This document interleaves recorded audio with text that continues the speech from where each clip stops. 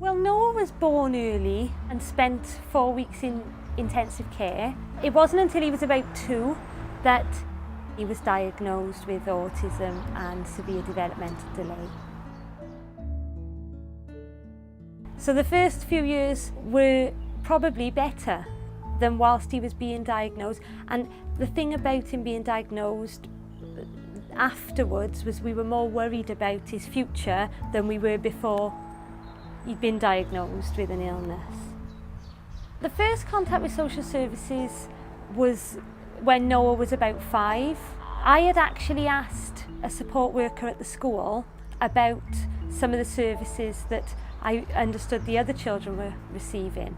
The home support worker put me in contact with social services, and a very nice social worker came and visited, and we discussed what it was that I thought I was missing out on.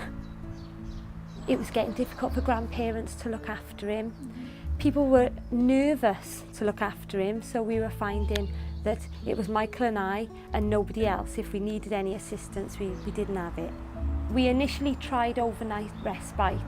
Noah didn't want to go because the actual service wasn't entertaining him enough. He needed a lot more stimulation. But when I addressed that, social services found another service that we find more suitable to us, which is a sit-in service, where someone comes into the house weekly for a few hours and looks after either Noah if it's during the daytime, or in the evening when they're in bed, she looks after the 2 children so that Michael and I can go out. That's given us the best of both worlds. It gave us time to take Olivia to the cinema or out for the day, where it would normally all be about looking after Noah, keeping Noah happy. And although at first I just thought I want the overnight respite, you know, the bigger and better service, it was actually the sit-in service which was more suited to us, you know, and it has been invaluable.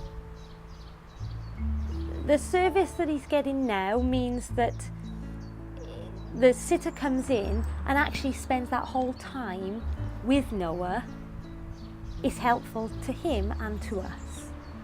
I was just happy to have contact with somebody else, which made Noah important, made his, you know, it mattered that he was well and that everybody was doing what they could.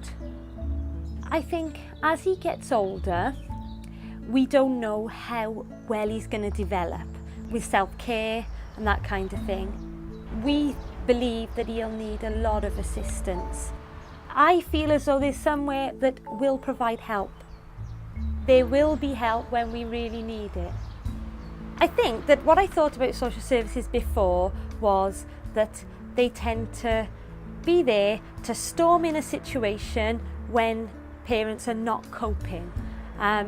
What I didn't realise was that they're providing services for people, not people who are in a desperate situation, just people, you know, or were entitled to services which might make their lives a little bit easier.